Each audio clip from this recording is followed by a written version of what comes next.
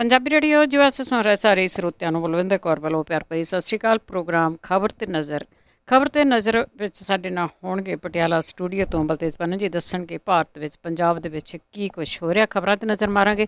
ਉਸ ਤੋਂ ਪਹਿਲਾਂ ਧੰਨਵਾਦ ਸਾਡੇ ਸਪਾਂਸਰ ਦਾ, ਜਿਨ੍ਹਾਂ ਨੇ ਇਸ ਪ੍ਰੋਗਰਾਮ ਨੂੰ ਸਪਾਂਸਰ ਕੀਤਾ, ਸਭ ਤੱਕ ਪਹੁੰਚਾਇਆ। ਗੁਰਦੀਪ ਸਿੰਘ ਬਿਰਦੀ, ਕਲੋਵਰ, ਸਤਨਾਮ ਸਿੰਘ ਸ਼ੇਰਗਿੱਲ ਸਲਮਾ, ਮਨਜੀਤ ਸਿੰਘ ਦੀਵਾਨਾ ਫਰਜ਼ਨੋ, ਗੁਰਚਰਨ ਸਿੰਘ ਜੀ ਬੇਕਰਸਫੀਲਡ, ਟਰਕੀਆਣਾ ਇਮੀਗ੍ਰੇਸ਼ਨ ਲਾ ਫਰਮ 4159090503, ਖਾਲਸਾ ਇੰਸ਼ੋਰੈਂਸ ਏਜੰਸੀ 4082722500। ਇਹਨਾਂ ਤੋਂ ਹਰ ਇੱਕ ਤਰ੍ਹਾਂ ਦੀ ਇੰਸ਼ੋਰੈਂਸ ਕਰਵਾ ਸਕਦੇ ਹੋ।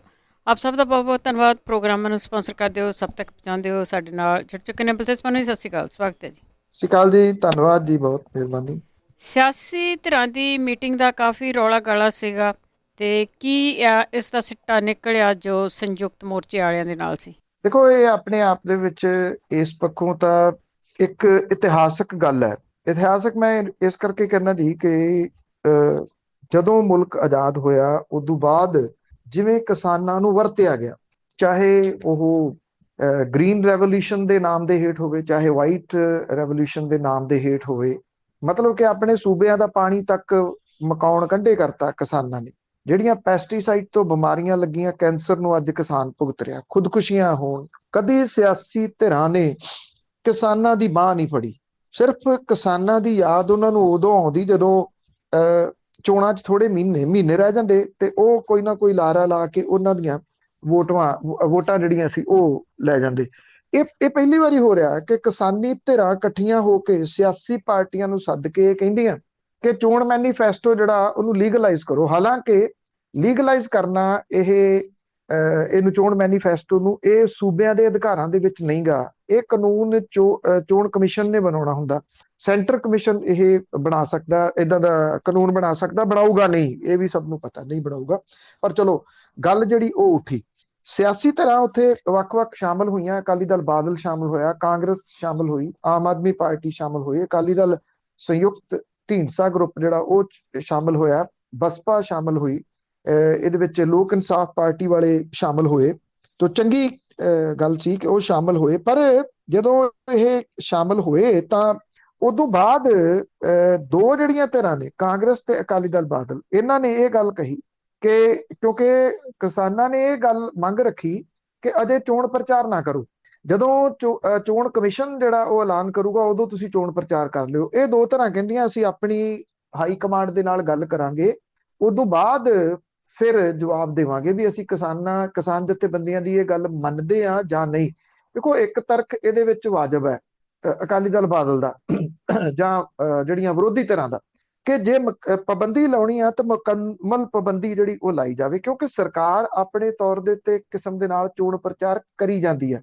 ਰੈਲੀਆਂ ਉਹ ਕਰੇ ਜਾਂ ਨਾ ਕਰੇ, ਉਹਦੇ ਹਰ ਜਗ੍ਹਾ ਦੇ ਉੱਤੇ ਇਸ਼ਤਿਹਾਰ ਚੱਲ ਰਹੇ ਆ, ਰੇਡੀਓ ਤੇ ਇਸ਼ਤਿਹਾਰ ਚੱਲੀ ਜਾਂਦੇ ਆ, ਟੀਵੀ ਤੇ ਇਸ਼ਤਿਹਾਰ ਚੱਲੀ ਜਾਂਦੇ ਆ, ਅਖਬਾਰਾਂ ਦੇ ਵਿੱਚ ਇਸ਼ਤਿਹਾਰ ਆਈ ਜਾਂਦੇ ਆ। ਸ਼ਹਿਰਾਂ ਦਾ ਕੋਈ ਚੌਂਕ ਨਹੀਂ ਛੱਡਿਆ ਜਿੱਥੇ ਸਰਕਾਰ ਦੀਆਂ ਪ੍ਰਾਪਤੀਆਂ ਦੀਆਂ ਬਾਤਾਂ ਪਾਉਂਦੇ ਵੱਡ ਆਕਾਰੀ ਜਿਹੜੇ ਆ ਉਹ ਬੋਰਡ ਲੱਗੇ ਹੋਏ ਆ ਵੀ ਉਹਨਾਂ ਦੇ ਉੱਤੇ ਵੀ ਪਾਬੰਦੀ ਲੱਗਣੀ ਚਾਹੀਦੀ ਹੈ। ਇਹ ਗੱਲ ਬਿਲਕੁਲ ਵਾਜਬ ਹੈ ਵੀ ਜਾਂ ਤਾਂ ਪਾਬੰਦੀ ਕੰਪਲੀਟਲੀ ਲੱਗ ਜੇ ਕਿ ਕੋਈ ਜਿਹੜੀ ਧਿਰ ਹੈ ਉਹ ਕਿਸੇ ਕਿਸਮ ਦਾ ਚੋਣ ਪ੍ਰਚਾਰ ਜਿਹੜਾ ਉਹ ਨਾ ਕਰ ਸਕੇ। ਜੇ ਕੁਝ ਧਿਰਾਂ ਦੇ ਉੱਤੇ ਪਾਬੰਦੀ ਲੱਗੂਗੀ ਤੇ ਇੱਕ ਤਾਂ ਕਾਂਗਰਸ ਉਹਦਾ ਫਾਇਦਾ ਲਊਗੀ, ਔਰ ਇਹ ਦੋਸ਼ ਜਿਹੜਾ ਉਹ ਫਿਰ ਕਿਸਾਨੀ ਧਿਰਾਂ ਦੇ ਉੱਤੇ ਲੱਗੂਗਾ ਵੀ ਉਹ ਇੱਕ ਧਿਰ ਦਾ ਫਾਇਦਾ ਤਾਂ ਨਹੀਂ ਕਰ ਰਹੀਆਂ। ਇਸ ਮਾਮਲੇ ਦੇ ਉੱਤੇ ਕਿਸਾਨੀ ਧਿਰਾਂ ਨੂੰ ਵੀ ਦੁਬਾਰਾ ਤੋਂ ਥੋੜਾ ਜਿਹਾ ਸੋਚਣ ਦੀ ਲੋੜ ਆ ਵੀ ਜੇ ਪਾਬੰਦੀ ਲਾਉਣੀ ਹੈ ਤੇ ਕੰਪਲੀਟ ਪਾਬੰਦੀ ਸਾਰਿਆਂ ਦੇ ਉੱਤੇ ਲਾਈ ਜਾਵੇ, ਖਾਸ ਤੌਰ ਦੇ ਉੱਤੇ ਸਰਕਾਰੀ ਇਸ਼ਤਿਹਾਰਾਂ ਦੇ ਉੱਤੇ ਵੀ। ਸੋ ਜਿਹੜਾ ਜੀ ਇਹਦੇ ਉੱਤੇ ਮੇਰਾ ਖਿਆਲ ਬਹਿਸ ਬਸਈਆ ਜਿਹੜਾ ਜੀ ਉਹ ਹੋਰ ਭਖੂਗਾ। ਦੇਖਦੇ ਹਾਂ ਇਹ ਦੋ ਧਿਰਾਂ ਜਿਹੜੀਆਂ ਇਹ ਕਹਿ ਕੇ ਆਈਆਂ ਕਿ ਅਸੀਂ ਅਜੇ ਆਪਣੀ ਹਾਈ ਕਮਾਂਡ ਨਾਲ ਗੱਲ ਕਰਾਂਗੇ, ਉਦੋਂ ਬਾਅਦ ਉਹ ਕੀ ਫੈਸਲਾ ਲੈਂਦੇ ਨੇ। ਇਹਦੇ ਵਿੱਚ ਸੱਤਾਧਾਰੀ ਧਿਰ ਕਾਂਗਰਸ ਤੇ ਆਪਣਾ ਪੂਰਾ ਜ਼ੋਰ ਲਾ ਕੇ ਰੈਲੀਆਂ ਕਰ ਰਿਹਾ ਅਕਾਲੀ ਦਲ ਬਾਦਲ ਸ਼ਾਮਲ ਹੈ ਜੀ। ਤਾਂ ਕੋਈ ਵੀ ਨਹੀਂਗਾ, ਲੱਗੇ ਹੋਏ ਆ ਜੀ ਸਾਰੇ। ਤੇ ਅੱਗੇ ਗੱਲ ਕਰਦੇ ਹੈਗੇ ਆ ਹਾਈ ਕੋਰਟ ਦਾ ਅਜੀਬ ਜਿਹਾ ਫੈਸਲਾ, ਜਿਹੜਾ 2022 ਦੀਆਂ ਚੋਣਾਂ ਤੱਕ ਸਮੇਤ ਸੈਣੀ ਨੂੰ ਕੋਈ ਵੀ ਅਰੈਸਟ ਨਹੀਂ ਕਰ ਸਕਦਾ। ਦੇਖੋ, ਮੇਰੀ ਘੱਟ ਬੁੱਧੀ ਮੁਤਾਬਕ ਤੁਸੀਂ ਕਹਿ ਲਓ ਕਿ ਮੈਂ ਅੱਜ ਤੱਕ ਅਜਿਹਾ ਫੈਸਲਾ ਕੋਈ ਵੇਖਿਆ, ਸੁਣਿਆ, ਪੜ੍ਹਿਆ ਨਹੀਂ ਗਾ ਜਿਹਦੇ ਵਿੱਚ ਇਸ ਕਿਸਮ ਦੀ ਬਲੈਂਕਟ ਬੇਲ ਜਿਹੜੀ ਉਹ ਮਿਲੀ ਹੋਵੇ। ਬਲੈਂਕਟ ਬੇਲ ਮਿਲ ਜਾਂਦੀਆਂ ਨੇ, ਅਦਾਲਤਾਂ ਬਲੈਂਕਟ ਬੇਲ ਅਕਸਰ ਉਹਨਾਂ ਲੋਕਾਂ ਨੂੰ ਦੇ ਦਿੰਦੀਆਂ ਨੇ ਜਿਨ੍ਹਾਂ ਨੂੰ ਸਿਆਸੀ ਧਿਰਾਂ ਤੰਗ ਕਰਦੀਆਂ ਨੇ। ਸਿਮਰਨਜੀਤ ਸਿੰਘ ਮਾਨ ਹੋਰਾਂ ਨੂੰ ਬਲੈਂਕਟ ਬੇਲ ਮਿਲੀ ਹੋਈ ਆ, ਜਿਹਦੇ ਵਿੱਚ ਉਹਨਾਂ ਨੂੰ ਸੁਪਰੀਮ ਕੋਰਟ ਨੇ ਦਿੱਤੀ ਹੋਈ ਆ ਕਿ ਜੇ ਉਹਨਾਂ ਨੂੰ ਅਰੈਸਟ ਕਰਨਾ ਮੰਨ ਲਓ ਕਿਸੇ ਮਾਮਲੇ ਦੇ ਵਿੱਚ, ਤੇ 1 ਹਫ਼ਤੇ ਦਾ ਨੋਟਿਸ ਦੇਣਾ ਪਊਗਾ। ਜੇ ਆਪਾਂ ਇਸ ਬਲੈਂਕਟ ਬੇਲ ਦੀ ਗੱਲ ਕਰੀਏ ਤਾਂ ਫੇਰ ਹੈ ਉਹ ਸਹੀ ਹੈ ਕਿ ਠੀਕ ਹੈ ਤੁਸੀਂ 1 ਹਫ਼ਤੇ ਦਾ ਕਿਸੇ ਨੋਟਿਸ ਦਿਓ, ਇਹ ਦੱਸੋ ਤਾਂ ਕਿ ਉਹ ਆਪਣੀ ਚਾਰਾਜੋਈ ਉਹਦੇ ਦੌਰਾਨ ਕਰ ਸਕਣ।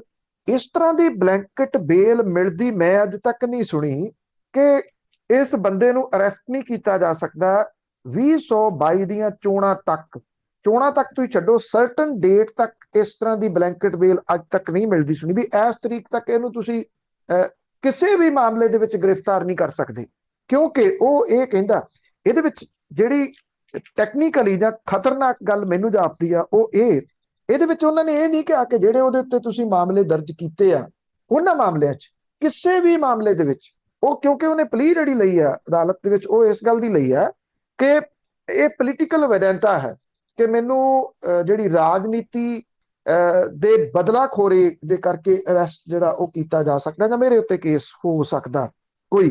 ਹੁਣ ਇਸ ਸਿਆਸੀ ਬਦਲਾਖੋਰੀ ਦੇ ਮਾਮਲੇ 'ਚ ਕਿਸੇ 'ਚ ਗ੍ਰਿਫਤਾਰ ਨਹੀਂ ਕੀਤਾ ਜਾ ਸਕਦਾ। ਹੁਣ ਕੁਝ ਸਵਾਲ ਨੇ ਜਿਹੜੇ ਇਹਦੇ 'ਚ ਇਸ ਬਲੈਂਕਟ ਬੇਲ ਦੇ ਉੱਤੇ ਵੱਡੇ ਉੱਠਦੇ ਆ। ਪਹਿਲੇ ਸਵਾਲ ਤਾਂ ਉੱਠਦੇ ਸਰਕਾਰ ਦੇ ਉੱਤੇ, ਸਰਕਾਰ ਦੇ ਕਾਂਗਰਸ ਦੇ ਉੱਤੇ। ਉਹਦੇ ਜਿਹੜਾ ਐਡਵੋਕੇਟ ਜਨਰਲ ਆ ਅਤੁਲ ਨੰਦਾ, ਉਹਦੇ ਉੱਤੇ, ਉਹਦੀ ਚਿੱਟੇ ਹਾਥੀਆਂ ਦੀ ਫੌਜ ਦੇ ਉੱਤੇ ਅੱਜ ਤੱਕ ਉਹਨਾਂ ਨੇ ਕੋਈ ਇੱਕ ਸਿੰਗਲ ਕੇਸ ਵੀ ਜਿੱਤ ਕੇ ਨਹੀਂ ਦਿੱਤਾ ਸਰਕਾਰ ਨੂੰ। ਜਿਹੜੇ ਲੋਕ ਰੌਲਾ ਪਾਉਂਦੇ ਸੀਗੇ ਕਿ ਅਤੁਲ ਨੰਦਾ ਕਾਂਗਰਸੀ, ਉਹ ਅੱਜ ਚੁੱਪ ਕਿਉਂ ਕਰ ਗਏ ਇਸ ਫੈਸਲੇ ਤੋਂ ਬਾਅਦ? ਨਵਜੋਤ ਸਿੰਘ ਸਿੱਧੂ, ਪ੍ਰਤਾਪ ਸਿੰਘ ਬਾਜਵਾ, ਸੁਖਜਿੰਦਰ ਸਿੰਘ ਰੰਧਾਵਾ, ਉਹ ਕਿਉਂ ਨਹੀਂ ਬੋਲ ਰਹੇ ਇਸ ਬਲੈਂਕਟ ਬੇਲ ਦੇ ਉੱਤੇ? ਦੂਸਰਾ ਜਿਹੜਾ ਵੱਡਾ ਸਵਾਲ ਟੈਕਨੀਕਲੀ ਤੌਰ ਦੇ ਉੱਤੇ ਖੜਾ, ਬਲਵੰਤ ਸਿੰਘ ਮਲਤਾਨੀ ਮਾਮਲਾ ਜਿਹਦੇ ਵਿੱਚ 5 ਚਸ਼ਮਦੀਦ ਗਵਾਹ ਨੇ ਤੇ 2 ਵਾਅਦਾ ਮਾਫ ਗਵਾਹ ਨੇ, ਉਹਨੂੰ ਜਿਵੇਂ ਚੁੱਕ ਕੇ ਲਿਆ ਕੇ 3rd ਡਿਗਰੀ ਕਰਕੇ ਉਹਨੂੰ ਮੌਤ ਦੇ ਘਾਟ ਉਤਾਰ ਦਿੱਤਾ ਗਿਆ, ਉਹਦੀ ਡੈੱਡ ਬੋਡੀ ਤੱਕ ਨਹੀਂ ਲੱਭਣ ਦਿੱਤੀ। ਕੀ ਇਹ ਪੋਲੀਟੀਕਲ ਵੈਡੈਂਟਾ ਸੀ? ਕੀ ਇਹ ਰਾਜਨੀਤਿਕ ਬਦਲਾਖੋਰੀ ਦੇ ਤਹਿਤ ਸੁਮੇਧ ਸੈਣੀ ਤੇ ਕੇਸ ਦਰਜ ਕੀਤਾ ਗਿਆ? ਜੇ ਤੁਸੀਂ ਕੋਟਕਪੂਰੇ ਗੋਲੀकांड ਦੇ ਮਾਮਲੇ ਵਿੱਚ ਆ ਜਾਓ ਤਾਂ ਉਹਦੇ ਵਿੱਚ ਰਾਤ ਨੂੰ ਫੋਨ ਦੇ ਉੱਤੇ ਗੱਲ ਕਰਦੇ ਆ, ਨਿਰਦੇਸ਼ ਕਿਹਨੇ ਦਿੱਤੇ ਇਸ ਗੋਲੀकांड ਦੇ? ਜੇ ਸੁਮੇਧ ਸੈਣੀ ਨੇ ਦਿੱਤੇ, ਉਹਦੇ ਦਫ਼ਤਰ ਨੇ ਦਿੱਤੇ, ਉਹਨੇ ਕਿੱਥੋਂ ਨਿਰਦੇਸ਼ ਲਏ ਤੇ ਇਹਦੇ 'ਚ ਪੋਲੀਟੀਕਲ ਵੈਡੈਂਟਾ ਕੀ ਸੀ? ਇਹ ਵੱਡੇ ਸਵਾਲ ਨੇ। ਬਾਕੀ ਸਾਰੇ ਤੁਸੀਂ ਛੱਡ ਦਿਓ। ਇੱਕ ਤਾਂ ਇਹ, ਦੂਜਾ ਇਹ ਕਿ ਮੰਨ ਲਓ ਕੋਈ ਬੰਦਾ ਜਿਹਨੂੰ ਇਸ ਤਰ੍ਹਾਂ ਦੀ ਖਤਰਨਾਕ ਬਲੈਂਕਟ ਬੇਲ ਦਿੱਤੀ ਜਾਵੇ ਕਿ ਫਲਾਂ ਤਰੀਕ ਤੱਕ ਤੁਸੀਂ ਇਸ ਬੰਦੇ ਨੂੰ ਗ੍ਰਿਫਤਾਰ ਨਹੀਂ ਕਰਨਾ ਕਿਸੇ ਵੀ ਮਾਮਲੇ 'ਚ। ਕੱਲ ਨੂੰ ਉਹ ਮੰਨ ਲਓ ਕਿਸੇ ਤੇ ਗੱਡੀ ਚੜਾ ਦੇ, ਗੱਡੀ ਚੜਾ ਕੇ ਉਹ ਜਿੰਨੇ ਮਰਜ਼ੀ ਬੰਦਿਆਂ ਨੂੰ ਥੱਲੇ ਮਿੱਧ ਕੇ ਮਾਰ ਦੇਵੇ, ਕਿਸੇ ਨੂੰ ਗੋਲੀ ਮਾਰ ਦੇ, ਫਿਰ ਉਹ ਕਹੇ ਜੀ ਇਹ ਪੋਲੀਟੀਕਲ ਵੈਡੈਂਟਾ ਹੈ, ਮੈਨੂੰ ਇਹ ਤੁਸੀਂ ਅਰੈਸਟ ਨਹੀਂ ਕਰਨਾ। ਮੈਂ ਨਹੀਂ ਕਹਿੰਦਾ ਕਿ ਸੁਮੇਧ ਸੈਣੀ ਗੱਡੀ ਚਲਾ ਕੇ ਬੰਦੇ ਮਿੱਧ ਦੂਗਾ ਜਾਂ ਉਹ ਆਪਣਾ ਪਿਸਤੌਲ ਲੈ ਕੇ ਕਿਸੇ ਨੂੰ ਮਾਰਨ ਚੱਲ ਜੂਗਾ, ਪਰ ਕੀ ਇਹ ਬਲੈਂਕਟ ਬੇਲ ਇਹ ਗੱਲ ਸਿੱਧ ਨਹੀਂ ਕਰਦੀ ਕਿ ਇਹ ਬਲੈਂਕਟ ਬੇਲ ਇੰਨੀ ਖਤਰਨਾਕ ਹੈ ਕਿ ਉਹ ਬੰਦਾ ਕੁਝ ਵੀ ਕਰ ਦੇਵੇ, ਉਹਦੇ ਉੱਤੇ ਮਾਮਲਾ ਦਰਜ ਹੋਊਗਾ ਤਾਂ ਉਹਨੂੰ ਅਰੈਸਟ ਨਹੀਂ ਕੀਤਾ ਜਾ ਸਕਦਾ। ਇਹ ਆਪਣੇ ਆਪ ਦੇ ਵਿੱਚ ਬਹੁਤ ਵੱਡੇ ਜਿਹੜੇ ਉਹ ਸਵਾਲ ਨੇ ਖੜੇ ਕਰ ਰਿਹਾ ਇਹ ਬਲੈਂਕਟ ਬੇਲ। ਬਿਲਕੁਲ ਜੀ, ਇਹ ਤਾਂ ਬਿਲਕੁਲ ਅੰਨਾ ਕਾਨੂੰਨ ਹੀ ਹੈਗਾ ਵੀ ਇੱਕ ਬੰਦਾ ਜਿਹੜਾ ਇੰਨਾ ਨਿਰਦਈ ਆ ਉਹਨਾਂ ਦੀਆਂ ਬਿੱਲਾਂ ਦੇ ਦੇਣੀਆਂ। ਅੱਗੇ ਗੱਲ ਕਰਦੇ ਹੈਗੇ ਆ ਨਿਊ ਕਲਿੱਕ ਦੇ 2 ਵੈਬ ਪੋਰਟਲਾਂ ਦੀ। ਉਹਦੇ ਉੱਤੇ ਇਨਕਮ ਟੈਕਸ ਵਾਲਿਆਂ ਨੇ ਛਾਪੇਮਾਰੀ ਜਿਹੜੀ ਆ ਉਹ ਸ਼ੁਰੂ ਕੀਤੀ ਹੋਈ ਆ ਕਿ ਕਿਉਂ ਬੋਲਦੇ ਆ, ਕਿਉਂ ਲਿਖਦੇ ਆ, ਕਿਉਂ ਹੱਕ ਦੀ ਗੱਲ ਕਰਦੇ ਆ। ਦੇਖੋ, ਇੱਕ ਪਾਸੇ ਤਾਂ ਕਿਉਂਕਿ ਇੱਥੋਂ ਦੀਆਂ ਜਿਹੜੀਆਂ ਖਬਰਾਂ ਨੇ ਉਹਨਾਂ ਤੋਂ ਧਿਆਨ ਡਾਈਵਰਟ ਕਰਨ ਦੇ ਵਾਸਤੇ 2 ਪੱਤਰਕਾਰ ਨੇ ਜਿਨ੍ਹਾਂ ਨੂੰ ਤਾਲਿਬਾਨੀਆਂ ਨੇ ਉਹਨਾਂ ਦੇ ਉੱਤੇ ਤਸ਼ੱਦਦ ਜਿਹੜਾ ਉਹ ਕੀਤਾ ਜੀ, ਔਰ ਤਸ਼ੱਦਦ ਉਹਨਾਂ ਦੇ ਉੱਤੇ ਬਹੁਤ ਜ਼ਿਆਦਾ ਹੋਇਆ, ਉਹਨਾਂ ਨੂੰ ਬਹੁਤ ਕੁੱਟਮਾਰ ਕੀਤੀ ਗਈ। ਉਹਨਾਂ ਦੀਆਂ ਖਬਰਾਂ ਬਹੁਤ ਵੱਡੇ ਪੱਧਰ ਦੇ ਉੱਤੇ ਇੱਥੇ ਪ੍ਰਸਾਰਿਤ ਹੋ ਰਹੀਆਂ ਨੇ, ਹੋਣੀਆਂ ਚਾਹੀਦੀਆਂ ਨੇ। ਉਹਨਾਂ ਦੇ ਵਾਸਤੇ ਖੜੇ ਆ ਜਿਹੜੇ ਰਾਣਾ ਅਯੂਬ ਹੈ, ਇੱਕ ਪੱਤਰਕਾਰ, ਮਾਮਲਾ ਤਾਂ ਦਰਜ ਉਹਦੇ ਉੱਤੇ ਵੀ ਹੋਇਆ ਜਿਹਨੇ ਗੁਜਰਾਤ ਫਾਈਲਸ ਨਾਂ ਦੀ ਕਿਤਾਬ ਲਿਖੀ ਤੇ ਤਰਸੱਲੀ ਮਚਾਤੀ ਸੀ ਇਹ ਕਿਤਾਬ ਲਿਖ ਕੇ, ਉਹਨੂੰ ਵੀ ਪਰੇਸ਼ਾਨ ਕੀਤਾ ਜਾ ਰਿਹਾ, ਉਹਦੇ ਉੱਤੇ ਮਾਮਲੇ ਦਰਜ ਕੀਤੇ ਜਾ ਰਹੇ ਨੇ। ਉਧਰ ਇਨਕਮ ਟੈਕਸ ਡਿਪਾਰਟਮੈਂਟ ਨੇ 2 ਵੈਬ ਪੋਰਟਲ ਨੇ, ਨਿਊਜ਼ ਕਲਿੱਕ ਤੇ ਨਿਊਜ਼ ਲਾਂਡਰੀ। ਨਿਊਜ਼ ਲਾਂਡਰੀ ਹੋ ਗਿਆ, ਨਿਊਜ਼ ਕਲਿੱਕ ਹੋ ਗਿਆ, ਬਹੁਤ ਵਧੀਆ ਕੰਮ ਇਹ ਪੱਤਰਕਾਰੀ ਦੇ ਖੇਤਰ ਦੇ ਵਿੱਚ ਕਰ ਰਹੇ ਆ। ਉਹ ਇਸ ਕਰਕੇ ਵਧੀਆ ਕੰਮ ਇਸ ਕਰਕੇ ਕਰ ਰਹੇ ਆ ਕਿ ਜਿਹੜੀ ਇਨਵੈਸਟੀਗੇਟਿਵ ਰਿਪੋਰਟਿੰਗ ਹੈ ਉਹ ਇਹ ਕਰ ਰਹੇ ਆ। ਜਿਹੜੀ ਕਿ ਅੱਜ ਸਮੇਂ ਦੀ ਲੋੜ ਹੈ, ਕਿਉਂਕਿ ਇੱਥੇ ਆ ਗਿਆ ਸਾਰਾ ਪ੍ਰੈਸ ਰਿਲੀਜ਼ ਮਹਿਕਮਾ। ਪ੍ਰੈਸ ਰਿਲੀਜ਼ ਦਿੱਤੀ, ਉਹ ਚੁੱਕਿਆ ਤੇ ਉਹਨੂੰ ਜਿਹੜਾ ਉਹ ਛਾਪ ਦਿੱਤਾ। ਤੁਸੀਂ ਤੁਹਾਡਾ ਉਸ ਕੋਈ ਵੀ ਜਿਹੜੀ ਖਬਰ ਹੈ ਉਹਦੇ ਬਾਰੇ ਤੁਹਾਡਾ ਵਿਊਜ਼ ਕੀ ਹੈ, ਤੁਹਾਡੀ ਚੀਰ ਫਾੜ ਕੀ ਆ, ਉਹ ਹੈ ਨਹੀਂ। ਇਹ ਚੀਰ ਫਾੜ ਵੈਬ ਜਿਹੜੇ ਪੋਰਟਲ ਨੇ ਉਹ ਕਰ ਰਹੇ ਆ ਇਸ ਵੇਲੇ। ਇਹ 3-4 ਵੈਬ ਪੋਰਟਲ ਨੇ, ਇਹ ਨਿਊਜ਼ ਕਲਿੱਕ ਹੋ ਗਏ, ਨਿਊਜ਼ੀਲੈਂਡਰੀ ਹੋ ਗਈ, ਦੀ ਵਾਇਰ ਹੋ ਗਿਆ, ਕਾਰਵਾਂ ਜਿਹੜਾ ਜੀ ਉਹ ਹੋ ਗਿਆ। ਇਹ ਬਹੁਤ ਕਮਾਲ ਦਾ ਕੰਮ ਕਰ ਰਹੇ ਨੇ ਤੇ ਸਰਕਾਰ ਦੀਆਂ ਅੱਖਾਂ ਤੇ ਰੜਕਦੇ ਬਿਨਾਂ ਕਿਸੇ ਸ਼ੱਕ ਦੇ। ਜਿਹੜਾ ਇਹ ਇਨਕਮ ਟੈਕਸ ਡਿਪਾਰਟਮੈਂਟ ਹੈ ਉਹਦੇ ਵੱਲੋਂ ਇਹਨਾਂ ਦੇ ਉੱਤੇ ਛਾਪੇਮਾਰੀ ਜਾਰੀ ਹੈ। ਇਹ ਆਖਿਆ ਗਿਆ ਕਿ ਸਰਵੇ ਆਪਰੇਸ਼ਨ ਕੀਤਾ ਗਿਆ। ਕਹਿੰਦੇ ਕਿ ਸਰਵੇਖਣ ਟੈਕਸ ਦੇ ਅਦਾਇਗੀਆਂ ਦੇ ਨਾਲ ਜੁੜਿਆ ਹੋਇਆ ਮਾਮਲਾ ਸੀਗਾ। ਉਹ ਕਹਿੰਦੇ ਕੁਝ ਦਸਤਾਵੇਜ਼ ਮਿਲੇ ਆ ਜਿਨ੍ਹਾਂ ਦੀ ਇਨਵੈਸਟੀਗੇਸ਼ਨ ਕੀਤੀ ਜਾ ਰਹੀ ਹੈ। ਟੈਕਸ ਅਥਾਰਟੀ ਕਹਿੰਦੀ ਆ ਕਿ ਸਰਵੇ ਆਪਰੇਸ਼ਨ ਆਮਦਨ ਕਰ ਟੈਕਸ ਦੇ ਤਹਿਤ ਇਹ ਛਾਪੇਮਾਰੀ ਕੀਤੀ ਗਈ ਆ। ਇਹ ਕਿਹਾ ਕਿ ਟੈਕਸ ਅਧਿਕਾਰੀ ਸਿਰਫ ਟੈਕਸ ਦੇਣ ਵਾਲੇ ਦੇ ਦਫ਼ਤਰ ਜਾਂਦੇ ਆ ਜਾਂ ਉਹਨਾਂ ਦੇ ਦਫ਼ਤਰ ਜਾਂਦੇ ਆ ਜਿਹੜੇ ਉਹਨਾਂ ਦੇ ਕਾਰੋਬਾਰ ਦੇ ਨਾਲ ਜੁੜੇ ਹੁੰਦੇ ਆ। ਰਿਹਾਇਸ਼ਾਂ ਦੇ ਉੱਤੇ ਵਿਭਾਗ ਦੇ ਅਧਿਕਾਰੀ ਨਹੀਂ ਜਾਂਦੇ।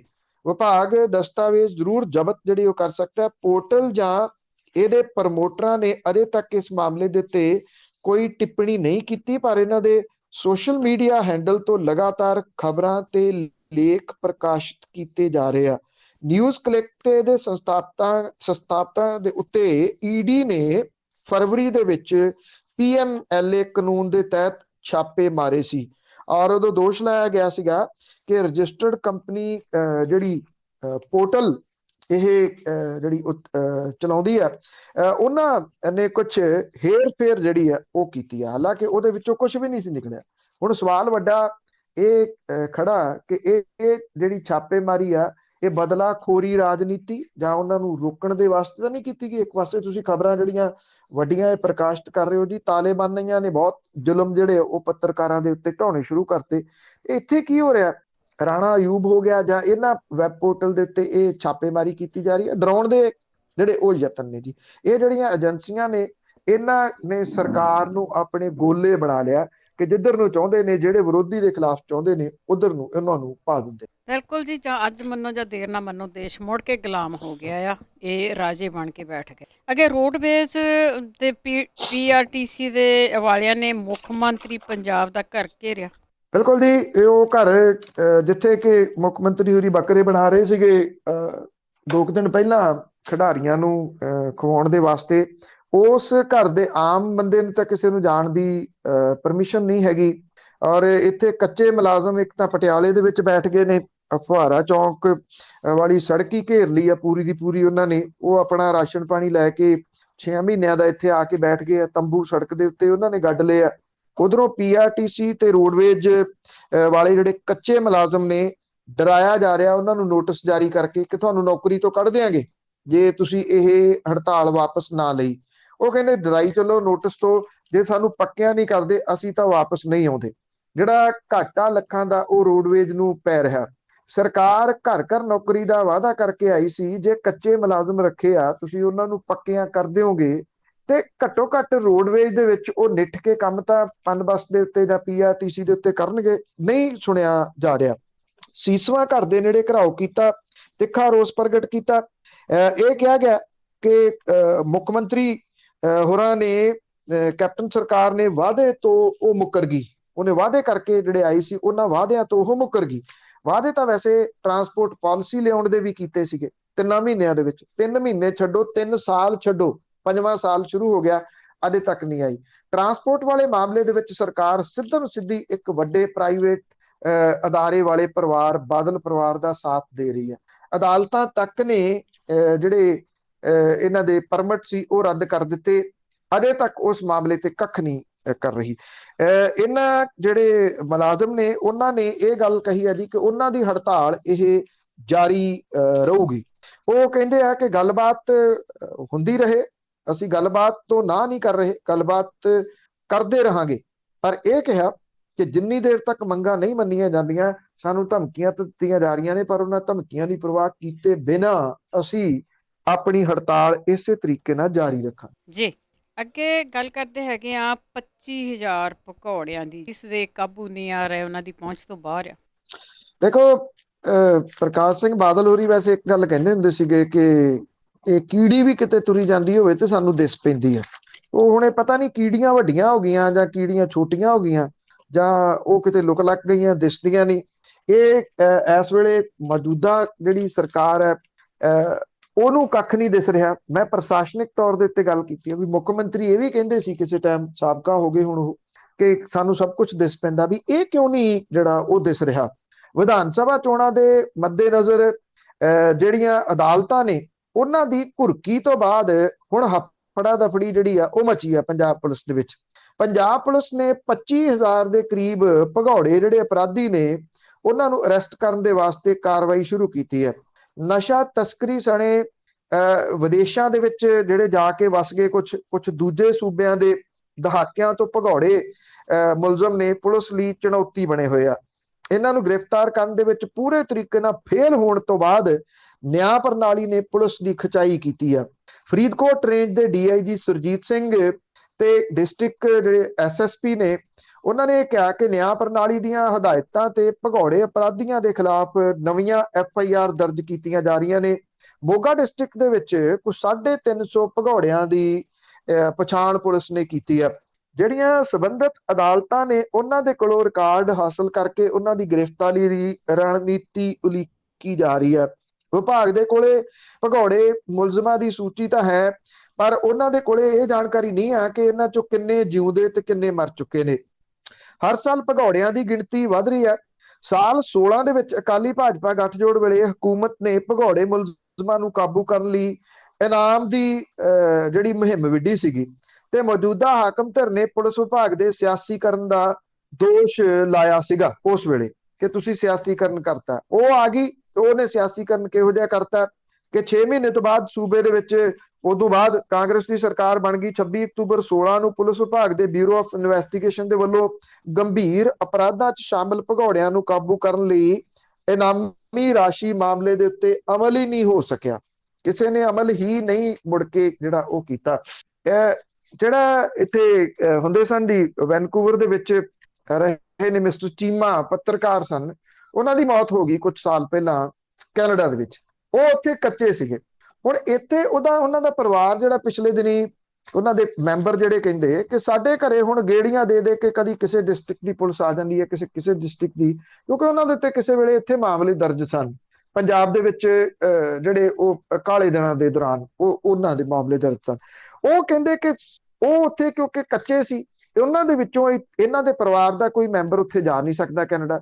ਉੱਥੋਂ ਹੁਣ ਉਹ ਡੈਥ ਸਰਟੀਫਿਕੇਟ ਕਿਵੇਂ ਕਢਾਉਣ ਉਹਨਾਂ ਦਾ, ਤੇ ਉਹ ਪੁਲਿਸ ਜਿਹੜੀ ਆ ਉਹਨਾਂ ਨੂੰ ਪਰੇਸ਼ਾਨ ਕਰੀ ਜਾਂਦੀ ਆ ਵੀ ਬੰਦਾ ਪੇਸ਼ ਕਰੋ। ਹੁਣ ਉਹ ਕਹਿੰਦੇ ਅਸੀਂ ਬੰਦਾ ਕਿੱਥੋਂ ਪੇਸ਼ ਕਰੀਏ। ਮਤਲਬ ਇਹਦੇ ਵਿੱਚ ਜਿਹੜੇ ਇਸ ਤਰ੍ਹਾਂ ਦੇ ਲੋਕ ਨੇ ਉਹ ਵੀ ਰਗੜੇ ਜਿਹੜਾ ਉਹ ਜਾ ਰਹੇ ਆ, ਜਿਨ੍ਹਾਂ ਦੇ ਪਰਿਵਾਰਾਂ ਦਾ ਕੋਈ ਕਸੂਰ ਨਹੀਂ। ਅਦਾਲਤ ਨੇ ਡਾਂਗ ਚੁੱਕ ਲਈ ਤੇ ਪੁਲਿਸ ਭੱਜ ਪਈ।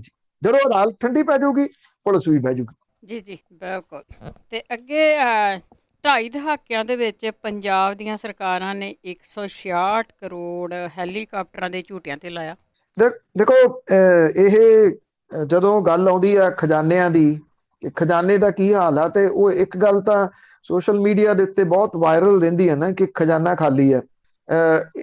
ਸਭ ਤੋਂ ਵੱਧ ਟ੍ਰੋਲਿੰਗ ਜਿਹੜੀ ਆ ਉਹ ਮਨਪ੍ਰੀਤ ਸਿੰਘ ਬਾਦਲ ਹੋਰਾਂ ਦੀ ਹੁੰਦੀ ਹੈ। ਉਹਨਾਂ ਦੀ ਫੋਟੋ ਲਾ ਕੇ ਇਹ ਵੀ ਟ੍ਰੋਲ ਕੀਤਾ ਜਾਂਦਾ ਕਿ ਖਿਡਾਰੀ ਜਿਹੜੇ ਨੇ ਉਹ ਧਿਆਨ ਦੇ ਨਾਲ ਮੈਡਲ ਜਿੱਤਣ ਕਿਉਂਕਿ ਖਜ਼ਾਨਾ ਖਾਲੀ ਹੈ। ਪਿਛਲੇ ਦਿਨੀ ਇੱਕ ਜਿਹੜੀ ਚੀਜ਼ ਸੀ ਉਹ ਇਹ ਚਲਦੀ ਰਹੀ ਕਿ ਜਿਹੜਾ ਖਜ਼ਾਨਾ ਹੈ ਭਰੂਗਾ ਕਿਵੇਂ। ਹੁਣ ਸਵਾਲ ਵੱਡਾ ਇਹ ਆ ਕਿ ਖਜ਼ਾਨਾ ਖਾਲੀ ਕਰਦਾ ਕੌਣ ਹੈ। ਖਜ਼ਾਨਾ ਖਾਲੀ ਸਿਆਸੀ ਧਿਰਾਂ ਕਰਦੀਆਂ ਨੇ। ਸਿਆਸੀ ਧਿਰਾਂ ਜਦੋਂ ਸੱਤਾ ਦੇ ਵਿੱਚ ਆ ਜਾਂਦੀਆਂ ਨੇ, ਕਾਬਜ ਹੋ ਜਾਂਦੀਆਂ ਨੇ, ਉਹ ਸੜਕਾਂ ਤੇ ਚੱਲਣਾ ਨਹੀਂ ਚਾਹੁੰਦੀਆਂ, ਉਹ ਅਸਮਾਨ 'ਚ ਰਹਿਣਾ ਚਾਹੁੰਦੀਆਂ ਨੇ। ਲੋਕਲ ਟੈਕਸੀ ਵਾਂਗੂ ਹੈਲੀਕਾਪਟਰ ਵਰਤਿਆ ਅਕਾਲੀ ਭਾਜਪਾ ਰਾਜ ਵੇਲੇ ਬਾਦਲ ਪਰਿਵਾਰ ਨੇ। ਕੈਪਟਨ ਅਮਰਿੰਦਰ ਸਿੰਘ ਹੁਰੀ ਤਾਂ ਬਹੁਤੇ ਨਿਕਲੇ ਨਹੀਂ ਘਰੋਂ ਬਾਹਰ, ਇਹਦੇ ਬਾਵਜੂਦ ਉਹ ਖਰਚਾ ਜਿਹੜਾ ਉਹ ਪਈ ਜਾਂਦਾ। ਪਿਛਲੇ 2.5 ਦਹਾਕਿਆਂ ਦੇ ਦੌਰਾਨ 166 ਕਰੋੜ ਤੇ 23 ਲੱਖ ਰੁਪਏ ਦੇ ਵਿੱਚ ਹੈਲੀਕਾਪਟਰ ਪਿਆ ਪੰਜਾਬ ਸਰਕਾਰ ਨੂੰ।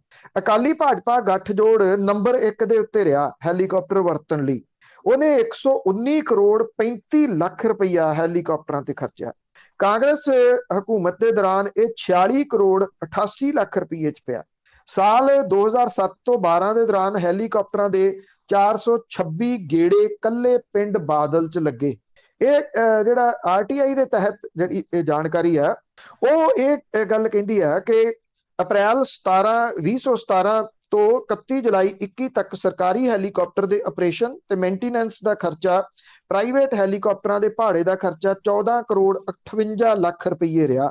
ਮੌਜੂਦਾ ਸਰਕਾਰ ਨੇ 4.25 ਸਾਲਾਂ ਦੇ ਦੌਰਾਨ ਪ੍ਰਾਈਵੇਟ ਹੈਲੀਕਾਪਟਰ ਦੇ ਉੱਤੇ 3 ਕਰੋੜ 66 ਲੱਖ ਰੁਪਈਆ ਖਰਚ ਕੀਤਾ, ਜਦੋਂ ਕਿ ਸਰਕਾਰੀ ਹੈਲੀਕਾਪਟਰ ਦਾ ਖਰਚਾ 10 ਕਰੋੜ 92 ਲੱਖ ਰੁਪਈਆ। ਮੌਜੂਦਾ ਸਰਕਾਰ ਦਾ ਰੋਜ਼ ਦਾ ਔਸਤਨ ਹੈਲੀਕਾਪਟਰ ਜਿਹੜਾ ਖਰਚਾ ਉਹ 94 ਲੱਖ ਰੁਪਈਆ ਲਗਭਗ ਰਿਹਾ। ਔਰ ਮੁੱਖ ਮੰਤਰੀ ਪਿਛਲੇ ਸਮਿਆਂ ਤੋਂ ਹੈਲੀਕਾਪਟਰ ਤੇ ਜ਼ਿਆਦਾ ਸਫ਼ਰ ਕਰਨ ਲੱਗੇ ਆ। ਪੰਜਾਬ ਸਰਕਾਰ ਦੇ ਵੱਲੋਂ ਨਵੰਬਰ 95 ਤੋਂ ਇੱਕ ਕਿਰਾਏ ਦਾ ਹੈਲੀਕਾਪਟਰ ਵਰਤਿਆ ਜਾ ਰਿਹਾ। 95 ਤੋਂ 31 ਮਾਰਚ 97 ਤੱਕ ਹੈਲੀਕਾਪਟਰ ਦਾ ਖਰਚਾ 9 ਕਰੋੜ 68 ਲੱਖ ਰੁਪਈਆ ਸੀ। ਰੋਜ਼ ਦਾ 1,87,000 ਰੁਪਈਆ ਖਰਚਾ ਸੀਗਾ। ਗੱਠਜੋੜ ਸਰਕਾਰ ਦਾ ਅਕਾਲੀ ਭਾਜਪਾ ਦਾ 2007 ਤੋਂ ਲੈ ਕੇ 12 ਤੱਕ ਹੈਲੀਕਾਪਟਰ ਦਾ ਖਰਚਾ 97 ਕਰੋੜ 81 ਲੱਖ ਰੁਪਈਆ ਸੀ ਤੇ ਦੂਜੀ ਪਾਰੀ ਦੇ ਦੌਰਾਨ ਉਹਦਾ ਖਰਚਾ 44 ਕਰੋੜ ਰੁਪਈਆ ਜਿਹੜਾ ਉਹ ਰਿਹਾ। ਕੈਪਟਨ ਅਮਰਿੰਦਰ ਸਿੰਘ ਜਦੋਂ ਪਹਿਲੀ ਵਾਰੀ ਮੁੱਖ ਮੰਤਰੀ ਬਣੇ ਸੀ 2002 ਤੋਂ 7 ਤੱਕ, ਤੇ ਉਹਨਾਂ ਦੇ ਹੈਲੀਕਾਪਟਰ ਦਾ ਖਰਚਾ 22 ਕਰੋੜ 62 ਲੱਖ ਰੁਪਈਆ ਸੀ। ਪੰਜਾਬ ਸਰਕਾਰ ਨੇ ਬਹੁਤੀ ਵਾਰੀ ਜਿਹੜਾ ਕਿਰਾਏ ਦਾ ਹੈਲੀਕਾਪਟਰ ਵਰਤਿਆ। ਦਸੰਬਰ 12 ਦੇ ਵਿੱਚ ਸਰਕਾਰ ਨੇ ਬੈਲ 429 ਹੈਲੀਕਾਪਟਰ 38 ਕਰੋੜ ਦੀ ਲਾਗਤ ਦੇ ਨਾਲ ਖਰੀਦਿਆ ਸੀ। ਪੰਜਾਬ ਸਰਕਾਰ ਦਾ ਇੱਕ ਹੈਲੀਕਾਪਟਰ April 94 ਚ ਹਾਦਸੇ ਦਾ ਸ਼ਿਕਾਰ ਹੋ ਗਿਆ ਸੀ, ਜਿਹਦੇ ਚ ਪੰਜਾਬ ਦੇ ਰਾਜਪਾਲ ਸੁਰਿੰਦਰ ਨਾਥ ਤੇ ਬਾਕੀਆਂ ਦੀ ਮੌਤ ਹੋ ਗਈ ਸੀ। ਕਿੰਗ 에ਅਰ 90 ਵੀ ਅਕਤੂਬਰ 2008 ਦੇ ਵਿੱਚ ਲੁਧਿਆਣੇ ਚ ਹਾਦਸੇ ਦਾ ਸ਼ਿਕਾਰ ਹੋ ਗਿਆ। ਆਡਿਟ ਇਤਰਾਜ਼ ਵੀ ਉੱਠਦੇ ਰਹੇ। ਪੰਜਾਬ ਸਰਕਾਰ ਨੇ ਕੋਈ ਸਬਕ ਨਹੀਂ ਲਿਆ, ਬਲਕਿ ਹੈਲੀਕਾਪਟਰ ਦੀਆਂ ਗੇੜੀਆਂ ਅੰਨ੍ਹੇਵਾਹ ਜਾਰੀ ਰੱਖੀਆਂ। ਹੁਣ ਤੁਸੀਂ ਦੇਖੋ 166 ਕਰੋੜ ਰੁਪਇਆ ਜੇ ਸਿੱਧਾ ਲਾਈਏ ਤਾਂ ਇਹ ਕਿੰਨੇ ਪਿੰਡਾਂ ਦੀ ਜਾਂ ਸ਼ਹਿਰਾਂ ਦੀ ਕਾਇਆ ਕਲਪ ਇਸ ਪੈਸੇ ਦੇ ਨਾਲ ਹੋ ਸਕਦੀ ਸੀ। ਪਰ ਸਰਕਾਰਾਂ ਕਿਉਂ ਕਰਨਗੀਆਂ? ਕਿਉਂਕਿ ਉਹ ਸੜਕ ਤੇ ਤਾਂ ਉਤਰਨਾ ਹੀ ਨਹੀਂ ਚਾਹੁੰਦੀਆਂ। ਜਦੋਂ ਕੋਈ ਸਰਕਾਰ ਦੇ ਵਿੱਚ ਬਣ ਜਾਂਦਾ ਜਾਂ ਅਹੁਦਾ ਉਹਨੂੰ ਮਿਲ ਜਾਂਦਾ, ਫਿਰ ਉਹ ਹਵਾ 'ਚ ਹੀ ਰਹਿੰਦਾ ਜੀ।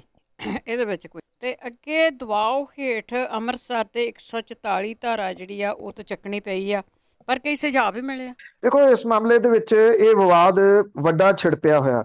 ਇਹਦੇ ਵਿੱਚ ਮੁੱਖ ਮੰਤਰੀ ਵੀ ਵਰਚੁਅਲ ਜਿਹੜਾ ਸੀਗਾ ਉਹ ਜਿਸ ਦਿਨ ਉਦਘਾਟਨ ਹੋਇਆ ਵਰਚੁਅਲ ਹੀ ਸ਼ਾਮਲ ਹੋਏ। ਉਹਨਾਂ ਨੂੰ ਉੱਥੇ ਜਾਣਾ ਚਾਹੀਦਾ ਸੀ, ਇਹ ਵੇਖਣਾ ਚਾਹੀਦਾ ਸੀ। ਮੁੱਖ ਮੰਤਰੀ ਦੀ ਜ਼ਿੰਮੇਵਾਰੀ ਜਿਹੜੀ ਆ ਉਹ ਜ਼ਿਆਦਾ ਬਣਦੀ ਆ, ਵੇਖ ਕੇ ਉਹ ਗੱਲ ਕਰਦੇ। ਪਰ ਉਹਨਾਂ ਨੇ ਕਿਹਾ ਨਹੀਂ, ਮੈਨੂੰ ਤਾਂ ਇਹਦੇ ਵਿੱਚ ਕੋਈ ਗੱਲ ਨਹੀਂ ਲੱਗੀ ਕਿ ਉੱਥੇ ਕੁਝ ਗਲਤ ਹੋ ਗਿਆ। ਤੇ ਕਹਿੰਦੇ ਨਵੀਨੀਕਰਨ ਸੁੰਦਰੀਕਰਨ ਤਾਂ ਹੋਣਾ ਚਾਹੀਦਾ ਕੁਝ ਜਿਹੜਾ ਜੀ ਉਸ ਸਮੇਂ ਤੋਂ ਬਾਅਦ। ਇਹ ਗੱਲ ਕਹਿ ਕੇ ਉਹ ਜ਼ਿੰਮੇਵਾਰੀ ਤੋਂ ਥੋੜੀ ਭੱਜ ਸਕਦੇ ਆ। ਮੁੱਖ ਮੰਤਰੀ ਮੁੱਖ ਹੈ, ਉਹਨਾਂ ਦੀ ਮੁੱਖ ਮੰਤਰੀ ਦੇ ਹੁੰਦਿਆਂ ਜੇ ਸ਼ਹੀਦਾਂ ਦੇ ਸਮਾਰਕ ਦੇ ਵਿੱਚ ਕੋਈ ਚੇਂਜ ਹੋ ਰਿਹਾ ਤੇ ਹਰ ਵਿਅਕਤੀ ਨੂੰ ਸਵਾਲ ਕਰਨ ਦਾ ਹੱਕ ਹੈ, ਜਿਹੜਾ ਉਹਨਾਂ ਸ਼ਹੀਦਾਂ ਦਾ ਵਾਰਿਸ ਹੈ, ਜਿਹੜਾ ਉਹਨਾਂ ਸ਼ਹੀਦਾਂ ਦੇ ਮੂਹਰੇ ਸਿਰ ਝੁਕਾਉਂਦਾ। ਚੰਗੀ ਗੱਲ ਹੈ ਕਿ ਇਹਦੇ ਵਿੱਚ ਜਿਹੜੇ ਇੰਟੈਲੈਕਚੁਅਲ ਵਰਗ ਨੇ ਉਹ ਵੀ ਉੱਠ ਕੇ ਸਾਹਮਣੇ ਆਏ ਆ। ਯਾਦਗਾਰ ਟਰਸਟ ਨੇ ਜਿਹੜਾ 9 ਸੁਝਾਅ ਨੇ ਉਹ ਸਰਕਾਰ ਨੂੰ ਦਿੱਤੇ ਆ। ਇਹਦੇ ਵਿੱਚ ਦੇਸ਼ ਭਗਤ ਯਾਦਗਾਰ ਹਾਲ ਵੀ ਜਿਹੜਾ ਉਹ ਸਾਹਮਣੇ ਆਇਆ। ਇਹ 9 ਸੁਝਾਅ ਜਿਹੜੇ ਦਿੱਤੇ ਗਏ ਆ ਯਾਦਗਾਰ ਟਰਸਟ ਦੇ ਮੈਂਬਰ ਤਰਲੋਚਨ ਸਿੰਘ ਨੂੰ ਦਿੱਤੇ ਗਏ ਆ। ਇਹ ਕਿਹਾ ਗਿਆ ਕਿ ਜਿਹੜੀ ਤੰਗ ਗਲੀ ਦੇ ਵਿੱਚ ਲਾਈਆਂ ਮੂਰਤੀਆਂ ਹਟਾਈਆਂ ਜਾਣ। ਇਹ ਹੱਸਦਿਆਂ ਦੀਆਂ ਮੂਰਤੀਆਂ ਨੇ, ਜਦੋਂ ਕਿ ਉੱਥੋਂ ਹੀ ਕੋਈ ਵੀ ਵਿਅਕਤੀ ਜਦੋਂ ਇਹਨੂੰ ਜਾਂਦਾ ਉੱਥੇ ਸ਼ਰਧਾ ਆਪਣੀ ਭੇਟ ਕਰਨ, ਤੇ ਉਦੋਂ ਤੋਂ ਹੀ ਉਹਦੇ ਮਨ ਦੇ ਵਿੱਚ ਸ਼ਹੀਦਾਂ ਪ੍ਰਤੀ ਸਤਿਕਾਰ ਸ਼ੁਰੂ ਹੋ ਜਾਂਦਾ। ਉਸ ਗਲੀ ਚੋਂ ਜਦੋਂ ਲੰਘਦਾ ਤੇ ਉੱਥੇ ਹੱਸਦਿਆਂ ਦੀਆਂ ਮੂਰਤੀਆਂ ਕਿਉਂ ਲਾਈਆਂ ਗਈਆਂ ਨੇ। ਤਰਲੋਚਨ ਸਿੰਘ ਇਸ ਟਰਸਟ ਦੇ ਮੈਂਬਰ ਨੇ, ਇਸ ਤੋਂ ਇਲਾਵਾ ਰਾਜ ਸਭਾ ਦੇ ਮੈਂਬਰ ਵੀ ਨੇ। ਔਰ ਇਹ ਸੁਝਾਅ ਜਿਹੜੇ ਉਹ ਦਿੱਤੇ ਗਏ ਆ ਕਿ ਦੋਵੇਂ ਪਾਸੇ ਲਾਈਆਂ ਤਸਵੀਰਾਂ ਹਟਾਈਆਂ ਜਾਣ। ਇਹਨਾਂ ਕੰਧਾਂ ਨੂੰ 1919 ਦੇ ਸਮੇਂ ਵਾਂਗ ਹੀ ਰੱਖਿਆ ਜਾਵੇ। ਪਿੱਲਰ ਮੁੜ ਕੇ ਸਥਾਪਿਤ ਕਰ ਦੇਣਾ ਚਾਹੀਦਾ। ਤੋਂ ਇਲਾਵਾ ਨਵੀਂ ਲਾਈ ਗਈ ਲੱਕੜ ਦੀ ਰੇਲਿੰਗ, ਪੁਰਾਣੀ ਤਾਂਬੇ ਦੀ ਰੇਲਿੰਗ ਜਿਹੜੀ ਉਹ ਲਾਈ ਜਾ ਸਕੇ। ਲੋਕਾਂ ਦੇ ਬਾਹਰ ਜਾਣ ਦੇ ਵਾਸਤੇ ਜਿਹੜਾ ਸਥਾਪਿਤ ਕੀਤਾ ਗਿਆ। ਦੂਜਾ, ਗੇਟ ਬੰਦ ਕਰਨ ਸਣੇ ਇੱਥੋਂ ਹਟਾਈਆਂ ਗਈਆਂ ਪੁਰਾਣੀਆਂ ਤਸਵੀਰਾਂ ਤੇ ਚਿੱਤਰ ਜਿਹੜੇ ਨੇ ਉਹ ਮੁੜ ਕੇ ਗੈਲਰੀਆਂ ਦੇ ਵਿੱਚ ਸਥਾਪਿਤ ਕੀਤੇ ਜਾਣ। ਇਹ ਵੀ ਕਿਹਾ ਗਿਆ ਕਿ ਜਿਹੜੀਆਂ ਟਿਕਟ ਮਸ਼ੀਨਾਂ ਲਾਈਆਂ ਨੇ, ਬੇਸ਼ੱਕ ਸਰਕਾਰ ਨਾ ਕਰੀ ਜਾਂਦੀ ਹੈ, ਕੋਈ ਟਿਕਟ ਨਹੀਂ ਲੱਗਣੀ ਹੈ, ਮਸ਼ੀਨਾਂ ਹਟਾ ਦਿਓ ਇੱਥੋਂ। ਕਿਉਂ ਲਾਈਆਂ ਗਈਆਂ ਨੇ? ਇਹਦਾ ਮਤਲਬ ਕਿਸੇ ਨਾ ਕਿਸੇ ਟਾਈਮ ਤੁਸੀਂ ਇੱਥੇ ਟਿਕਟ ਲਾ ਦਿਓਗੇ। ਜਲਿਆਂਵਾਲੇ ਬਾਗ ਦੇ ਦਫ਼ਤਰ ਦੇ ਕਈ ਪੁਰਾਣੇ ਦਰਵਾਜ਼ੇ ਤੇ ਖਿੜਕੀਆਂ ਹਟਾ ਦਿੱਤੀਆਂ ਗਈਆਂ। ਇਹ ਕਿਹਾ ਕਿ ਇਹਨਾਂ ਨੂੰ ਪੁਰਾਤਨ ਰੂਪ ਦੇ ਕੇ ਇਹਨਾਂ ਨੂੰ ਐਜ਼ ਇਟ ਇਜ਼ ਪ੍ਰਜ਼ਰਵ ਕੀਤਾ ਜਾਵੇ। ਇੱਥੇ ਜਿਹੜੇ ਸਾਈਨ ਲਾਏ ਗਏ ਆ 3 ਭਾਸ਼ਾਵਾਂ ਦੇ ਵਿੱਚ, ਇਹ ਜਿਹੜੇ ਲਿਖਿਆ ਪੰਜਾਬੀ, ਹਿੰਦੀ ਤੇ ਅੰਗਰੇਜ਼ੀ ਚ ਲਿਖੇ ਜਾਣ ਵਾਲੇ ਜਿਹੜੇ ਲਾਏ ਗਏ ਆ, ਇਹ ਕਿਹਾ ਗਿਆ ਕਿ ਉਹਨਾਂ ਨੂੰ ਪੰਜਾਬੀ ਜਿਹੜੀ ਆ ਉਹ ਪਹਿਲੇ ਨੰਬਰ ਦੇ ਉੱਤੇ ਕੀਤੀ ਜਾਵੇ। ਤੁਸੀਂ ਹੋਰ ਭਾਸ਼ਾਵਾਂ ਚ ਜਿੰਨੀਆਂ ਚ ਮਰਜ਼ੀ ਲਿਖ ਦਿਓ ਥੱਲੇ, ਕਿਸੇ ਨੂੰ ਕੋਈ ਇਤਰਾਜ਼ ਨਹੀਂਗਾ, ਪਰ ਪੰਜਾਬੀ ਉੱਪਰ ਲਿਖੀ ਜਾਣੀ ਚਾਹੀਦੀ ਹੈ। ਧਾਰਾ 144 ਇੱਥੇ ਲਾ ਦਿੱਤੀ ਗਈ ਸੀ ਕਿਉਂਕਿ ਡੇ ਬਾਈ ਡੇ ਇੱਥੇ ਜਿਹੜੇ ਐਜੀਟੇਸ਼ਨਸ ਨੇ ਉਹ ਵੱਡੀਆਂ ਹੁੰਦੀਆਂ ਤੁਰੀਆਂ ਜਾ ਰਹੀਆਂ ਨੇ, ਪਰ ਦਬਾਅ ਪੈ ਗਿਆ। ਲੋਕਾਂ ਨੇ ਇਹ ਗੱਲ ਉਠਾਈ ਵੀ ਜਦੋਂ ਰੋਲਟ ਐਕਟ ਦਾ ਵਿਰੋਧ ਕਰ ਰਹੇ ਲੋਕ ਇਕੱਠੇ ਹੋਏ ਸੀਗੇ ਜਲਿਆਂਵਾਲੇ ਬਾਗ 'ਚ 1919 April ਦੇ ਵਿੱਚ, ਉਦੋਂ ਦੇ ਬ੍ਰਿਟਿਸ਼ ਸਾਮਰਾਜ ਨੇ ਧਾਰਾ 144 ਲਾਤੀ ਸੀ। ਹੁਣ ਤੁਸੀਂ ਵੀ ਧਾਰਾ 144 ਲਾਤੀ, ਤਾਂ ਪ੍ਰਸ਼ਾਸਨ ਨੇ ਇਹ ਧਾਰਾ 144 ਤਾਂ ਹਟਾਤੀ, ਪਰ ਸਵਾਲ ਬੜੇ ਵੱਡੇ ਨੇ ਜਿਹੜੇ ਸਵਾਲ ਇਸ ਵੇਲੇ ਖੜੇ ਹੋਏ ਨੇ, ਔਰ ਇਹਦੇ ਉੱਤੇ ਤੁਰੰਤ ਧਿਆਨ ਜਿਹੜਾ ਉਹ ਦਿੱਤਾ ਜਾਣਾ ਜ਼ਰੂਰੀ ਹੈ ਜੀ। ਅਖੀਰ ਦੇ ਵਿੱਚ ਬੇਅਦਬੀ ਕਾਂਡ ਜਿਹੜਾ ਹੋਇਆ ਸੀ, ਉਸ ਤੋਂ ਬਾਅਦ ਡੇਰਾ ਪ੍ਰੇਮੀ ਆ ਜਿਹੜੀ ਕੋਰਟ ਦੀ ਪੁਲਿਸ ਕਹਿੰਦੀ ਆ ਕਿ ਇਹਨਾਂ ਨੂੰ ਜਾਨ ਦਾ ਖਤਰਾ ਹੈ। ਦੇਖੋ, ਇਹ ਪੁਲਿਸ ਇਹ ਗੱਲ ਕਹਿੰਦੀ ਆ ਫਰੀਦਕੋਟ ਦੀ ਕਿ ਡੇਰਾ ਦੇ ਪ੍ਰੇਮੀ ਜਿਹੜੇ ਨੇ, ਜਿਹੜੇ ਬੇਅਦਬੀ ਕਾਂਡ ਦੇ ਵਿੱਚ ਨਾਮਜ਼ਦ ਨੇ ਪੁਲਿਸ ਦੇ ਵੱਲੋਂ, ਇਹਨਾਂ ਨੂੰ ਅਰੈਸਟ ਵੀ ਕੀਤਾ ਸੀ ਪੁਲਿਸ ਨੇ, ਔਰ ਇਹ ਜ਼ਮਾਨਤਾਂ ਇਹਨਾਂ ਦੀਆਂ ਹੋ ਗਈਆਂ। ਹੁਣ ਪੁਲਿਸ ਇਹ ਕਹਿੰਦੀ ਆ ਕਿ ਕੁਝ ਸ਼ੱਕੀ ਵਿਅਕਤੀ ਉਹਨਾਂ ਦਾ ਪਿੱਛਾ ਕਰ ਰਹੇ ਆ। ਇਹਨਾਂ ਦੇ ਵਿੱਚ ਇੱਕ ਸ਼ਕਤੀ ਸਿੰਘ ਹੈ, ਉਹਦੇ ਘਰੇ ਇਹ ਕਿਹਾ ਗਿਆ ਕਿ ਕੁਝ ਸ਼ੱਕੀ ਲੋਕ ਗਏ ਨੇ, ਉਹਨਾਂ ਨੇ ਆਪਣੀ ਸ਼ਨਾਖਤ ਨਹੀਂ ਦੱਸੀ। ਸ਼ਕਤੀ ਸਿੰਘ ਘਰੇ ਹੈ ਨਹੀਂ ਸੀਗਾ, ਉਹ ਤੇ ਮੌਕੇ ਤੋਂ ਖਿਸਕ ਗਏ। ਡੇਰਾ ਪ੍ਰੇਮੀ ਦੀ ਸੁਰੱਖਿਆ ਦੇ ਵਾਸਤੇ 4 ਪੁਲਿਸ ਕਰਮਚਾਰੀ ਤਾਇਨਾਤ ਕੀਤੇ ਗਏ ਆ। ਉਹਨਾਂ ਨੂੰ ਕਿਉਂ ਨਹੀਂ ਪਤਾ ਲੱਗਿਆ, ਇਹ ਵੱਡਾ ਜਿਹੜਾ ਉਹ ਸਵਾਲ ਹੈ। ਇਸ ਘਟਨਾ ਦੀ ਵੀਡੀਓ CCTV ਕੈਮਰੇ ਦੇ ਵਿੱਚ ਰਿਕਾਰਡ ਹੈ। ਅਜੇ ਤੱਕ ਉੱਥੇ ਗਏ ਵਿਅਕਤੀ, ਉਹਨਾਂ ਦੇ ਵਹੀਕਲਸ ਦੇ ਨੰਬਰ ਦੀ ਸ਼ਨਾਖਤ ਨਹੀਂ ਹੋ ਸਕੀ, ਇਹ ਵੀ ਸਵਾਲ ਹੈ। ਡੇਰਾ ਪ੍ਰੇਮੀਆਂ ਨੇ ਇਹਦੇ ਸੰਬੰਧੀ ਡਿਸਟ੍ਰਿਕਟ ਪੁਲਿਸ ਦੇ ਕੋਲੇ ਸ਼ਿਕਾਇਤ ਦਰਜ ਕਰਾਈ ਹੈ। ਇਹ ਕਿਹਾ ਕਿ ਪੁਲਿਸ ਸ਼ੱਕੀ ਵਿਅਕਤੀਆਂ ਦੀ ਭਾਲ ਕਰ ਰਹੀ ਹੈ। ਡੇਰਾ ਪ੍ਰੇਮੀਆਂ ਨੇ CCTV ਫੁਟੇਜ ਵੀ ਜਨਤਕ ਕੀਤੀ ਹੈ। ਇਹ ਕਿਹਾ ਗਿਆ ਕਿ 9 ਡੇਰਾ ਪ੍ਰੇਮੀਆਂ ਨੂੰ ਦੀ ਸੁਰੱਖਿਆ ਦੇ ਵਾਸਤੇ 27 ਪੁਲਿਸ ਮੁਲਾਜ਼ਮ ਮੁਹੱਈਆ ਕਰਾਏ ਗਏ ਆ ਤੇ ਉਡਨ ਦਸਤੇ ਵੀ ਤੈਅਤ ਕੀਤੇ ਗਏ ਆ। ਡੇਰਾ ਪ੍ਰੇਮੀ ਮਹਿੰਦਰਪਾਲ ਬਿੱਟੂ ਦੀ ਪੁਲਿਸ ਹਿਰਾਸਤ ਦੇ ਵਿੱਚ ਜੇਲ੍ਹ 'ਚ ਮੌਤ ਜਿਹੜੀ ਹੋ ਗਈ ਸੀਗੀ, ਜਦੋਂ ਕਿ ਗੁਰਦੇਵ ਲਾਲ ਜਿਹੜਾ ਬੁਰਜ ਜਵਾਹਰ ਸਿੰਘ ਵਾਲਾ ਨੂੰ ਵੀ ਅਣਪਛਾਤੇ ਲੋਕਾਂ ਨੇ ਗੋਲੀਆਂ ਮਾਰ ਕੇ ਕਤਲ ਕਰ ਦਿੱਤਾ ਸੀਗਾ। ਇਹ ਗੁਰਦੇਵ ਲਾਲ ਉਹੀ ਆ ਜਿਹਦੀ 8 ਪੜ੍ਹੀ ਘਰ ਵਾਲੀ ਨੂੰ ਅਕਾਲੀ ਭਾਜਪਾ ਰਾਜ ਦੇ ਵੇਲੇ ਪੁਲਿਸ ਕਾਂਸਟੇਬਲ ਭਰਤੀ ਕਰ ਲਿਆ ਗਿਆ ਸੀਗਾ। 8 ਪੜ੍ਹੀ ਪੁਲਿਸ ਕਾਂਸਟੇਬਲ ਕਿਵੇਂ ਲੱਗ ਸਕਦੀ ਹੈ? ਤੇ ਉਹ ਅੱਜ ਕੱਲ੍ਹ ਕੋਟਕਪੂਰਾ ਦੇ ਵਿੱਚ ਹੀ ਤਾਇਨਾਤ ਹੈ। ਇਹਨਾਂ ਦੀ ਸੁਰੱਖਿਆ ਹੋਣੀ ਬੜੀ ਜ਼ਰੂਰੀ ਹੈ। ਇਸ ਕਰਕੇ ਜ਼ਰੂਰੀ ਆ ਕਿ ਜਦੋਂ ਮਹਿੰਦਰਪਾਲ ਬਿੱਟੂ ਦਾ ਕਤਲ ਹੋਇਆ ਸੀ, ਉਦੋਂ ਵੀ ਕੁਝ ਲੋਕ ਬਹੁਤ ਧਮੱਚੜ ਪਾਉਂਦੇ ਸਨ ਇਸ ਕਤਲ ਦੇ ਉੱਤੇ। ਮੈਂ ਉਦੋਂ ਵੀ ਇਹ ਗੱਲ ਕਹੀ ਸੀ ਕਿ ਇਹਦੇ ਨਾਲ ਬਹੁਤ ਸਾਰੇ ਜਿਹੜੇ ਬੇਅਦਬੀ ਦੇ ਨਾਲ ਜੁੜੇ ਰਾਜ ਨੇ ਉਹ ਦਫਨ ਹੋ ਜਾਣਗੇ, ਤੇ ਉਹ ਦਫਨ ਹੋ ਗਏ ਇੱਕ ਕਿਸਮ ਦੇ ਨਾਲ। ਕਿਤੇ ਇਹਨਾਂ ਡੇਰਾ ਪ੍ਰੇਮੀਆਂ ਦੇ ਨਾਲ ਇਹੋ ਜਿਹਾ ਕੁਝ ਨਾ ਹੋ ਜੇ। ਜੇ ਕੁਝ ਹੁੰਦਾ ਤਾਂ ਇਹਦੇ ਨਾਲ ਬਿਨਾਂ ਕਿਸੇ ਸ਼ੱਕ ਦੇ ਇਹ ਕੇਸ ਦਾ ਕੁਝ ਨਹੀਂ ਬਣ ਸਕੂਗਾ। ਬਣਨ ਦੀ ਆਸ ਤਾਂ ਉਂਝ ਵੀ ਹੈ ਨਹੀਂਗੀ, ਪਰ ਘੱਟੋ ਘੱਟ ਅਦਾਲਤੀ ਪ੍ਰਕਿਰਿਆ ਇਹ ਤਾਂ ਹੈ ਕਿ ਚਲਦੀ ਚੁਲਦੀ ਮਾੜੀ ਮੋਟੀ ਰਹੇ ਜੀ। ਇਹ ਕਿਹੋ ਜਿਹੀਆਂ ਕੋਸ਼ਿਸ਼ਾਂ ਨੇ ਜਿਹੜੀਆਂ ਹੋ ਰਹੀਆਂ ਨੇ, ਜਾਂ ਕੌਣ ਲੋਕ ਨੇ ਜਿਹੜੇ ਇਹਦੇ ਘਰੇ ਗਏ, ਇਹ ਅਜੇ ਪੁਲਿਸ ਨੇ ਪਤਾ ਲਾਉਣਾ ਜੀ। ਬਿਲਕੁਲ ਜੀ, ਜਿਸ ਤਰ੍ਹਾਂ ਉਹ ਮਹਿੰਦਰ ਸਿੰਘ ਬਿੱਟੂ ਵਾਲਿਆਂ ਦਾ ਨਹੀਂ ਪਤਾ ਲੱਗਾ, ਤਾਂ ਇੱਥੇ ਵੀ ਪਤਾ ਨਹੀਂ ਕੀ ਹੋ ਜਾਣਾ। ਇਹਨਾਂ ਦੀ ਰੱਖਿਆ ਤਾਂ ਜ਼ਰੂਰ ਕਰਨੀ ਚਾਹੀਦੀ ਹੈ। ਬਹੁਤ ਬਹੁਤ ਧੰਨਵਾਦ ਬਲਤੇਜ। ਬਹੁਤ ਮਿਹਰਬਾਨੀ ਜੀ, ਧੰਨਵਾਦ ਜੀ, ਸਤਿ ਸ਼੍ਰੀ ਅਕਾਲ। ਸਤਿ ਸ਼੍ਰੀ ਅਕਾਲ ਜੀ। ਤੇ ਸਰੋਤੇ ਸਨ ਬਲਤੇਜ ਪੰਨੂ ਜੀ ਸਾਡੇ ਨਾਲ ਜੁੜਦੇ ਨੇ, ਕਰਦੇ ਨੇ ਖਬਰਾਂ। ਇਸ ਨਾਲ ਸਾਡਾ ਅੱਜ ਦਾ ਬੁਲਟਨ ਇੱਥੇ ਹੀ ਸਮਾਪਤ। ਬਲਵਿੰਦਰ ਕੌਰ ਵੱਲੋਂ ਆਪ ਸਭ ਨੂੰ ਹੀ ਸਤਿ ਸ਼੍ਰੀ ਅਕਾਲ।